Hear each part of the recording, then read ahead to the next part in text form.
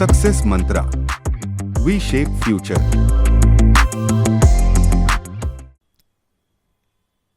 Hello guys, welcome back to Success Mantra. Today we are discussing the another topic and the topic is based on profit and loss.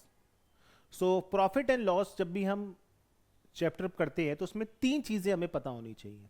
सबसे पहला जो part आता है that is called CP. So सबसे पहला जो नाम हमारे सामने आता है वो आता है CP. CP is what? CP is the cost price. CP is the cost price. And the second name is SP.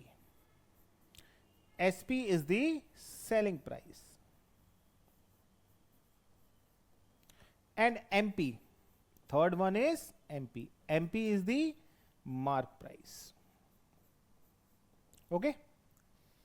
So cost price basically वो प्राइस होता है जिसपे कोई शॉपकीपर अपना आइटम परचेज करता है. ओके? फिर उसको किसी अनदर रेट पे, किसी दूसरे रेट पे उसको वो सेल करता है. That is called selling price. What is mark price? Mark price क्या होता है भाई? देखो, जैसे कोई शॉपकीपर है, उसने 100 रुपीज का कोई आइटम परचेज किया और उसके ऊपर उसने एक लिस्ट लगा दी. जैसे होता ना, एक स्टिकर लगा देते हैं, कोई टैग लगा देते हैं. तो उसने 100 रुपीज का कोई आइटम परचेज किया और उसके ऊपर उसने एक 150 रुपीज का एक टैग लगा दिया. That is called mark price. इसको हम क्या बुलाते हैं? Mark price. ठीक है.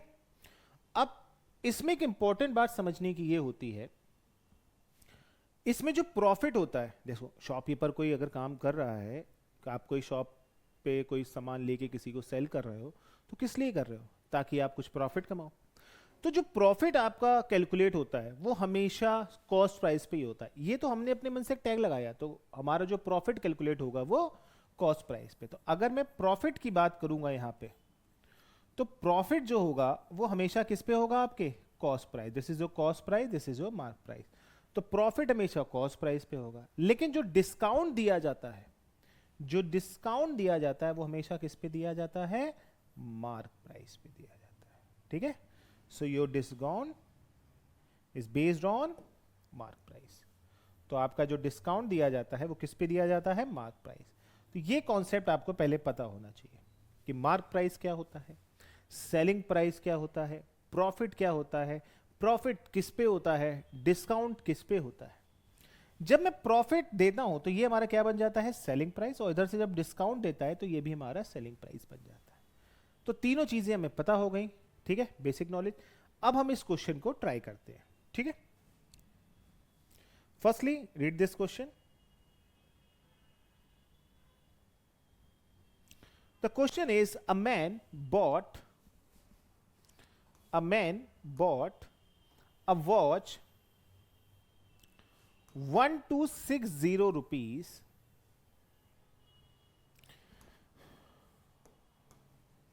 okay. What price should he marked on it? What price should he marked on it so that he get 20% profit after allow 20% discount? The question is, एक watch है, okay, उसका कॉस्ट प्राइस कितना है? 1260 rupees. उसने 1260 पे cost price कितना हो गया? 1260. What price should he marked on it? उसके ऊपर वो क्या टैग लगाए या क्या मार्क प्राइस लगाए जिससे उसको 20% का प्रॉफिट देने के बावजूद और 20% का डिस्काउंट देने के बावजूद उसे 20% का प्रॉफिट हो. मतलब आपने डिस्काउंट भी दिया 20% का और आपको प्रॉफिट फिर भी कितना हो गया? 20% का. तो देखें इस क्वेश्चन को कैसे आसानी से कर सकते हैं.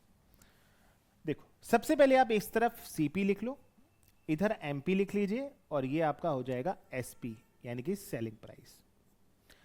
अब आप एक चीज देखो, आपको जो प्रॉफिट हो रहा है वो 20% का हो रहा है क्वेश्चन में. तो कॉस्ट प्रॉफिट हमेशा किस पे होता है? कॉस्ट प्राइस पे, यानी कि 20% का कॉस्ट प्रॉफिट हो गया. और आपको डिस्काउंट कितने का हो रहा है? 20% का डिस्काउंट हो रहा है, यानी कि 20% का डिस्काउंट हो गया उसको. डिस्काउंट हमेशा किस पे होगा? मार्क प्राइस पे. प्रॉफिट हमेशा किस पे होगा? कॉस्ट प्राइस पे. ठीक है. अब एक चीज नोटिस करो, अगर मुझे 20% का प्रॉफिट हो रहा है तो कॉस्ट प्राइस अगर मान लेते मेरा 100% है, तो अब 20% का प्रॉफिट होने पे वो कितने का अब सेलिंग प्राइस कितना हो जाएगा? सेलिंग प्राइस मेरा हो जाएगा 120% ऑफ सीपी। क्यों? क्योंकि मान लेते हैं अगर मेरा कॉस्ट प्राइस 100% था, 20% इंक्रीज हो गया, so my selling price is 120% of CP. And from here अगर मैं इस साइड से आता हूं, मार्क प्राइस अगर 100% है, अगर 20% का तुमने डिस्काउंट दे दिया तो सेलिंग प्राइस कितना होगा? 80% of MP. 80% of MP. Now both are the selling price, ये दोनों के दोनों क्या है? Selling price. तो हम दोनों को क्या कर सकते हैं? इक्वल कर सकते हैं। 120% of CP is equal to 80% of MP. हमने दोनों को इक्वल क्यों किया? हमने दोनों को इक्वल इसलिए किया क्योंकि ये दोनों ही पार्ट हमारे सेलिंग प्राइस है, तो दोनों सेलिंग प्राइस अलग तो हो नहीं सकता है, दोनों सेम होंगे, इसलिए हमने इक्वल कर दिया। नाउ कॉस्ट प्राइस हमें गिवन है 1260, तो हम इस सीपी की जगह पे 1260 पुट कर सकते हैं। ये 120/100 होगा into 1260 is equal to 80/100 into MP. MP मुझे कैलकुलेट करना है बस, तो देखिए कैसे करेंगे। 100 ये 100 कैंसिल, 0 ये 0 कैंसिल, ठीक है। अब आप 4 2 जा 8, 4 3 जा 12, 2 1 जा 2, 2 6 3, तो कितना हो गया भाई?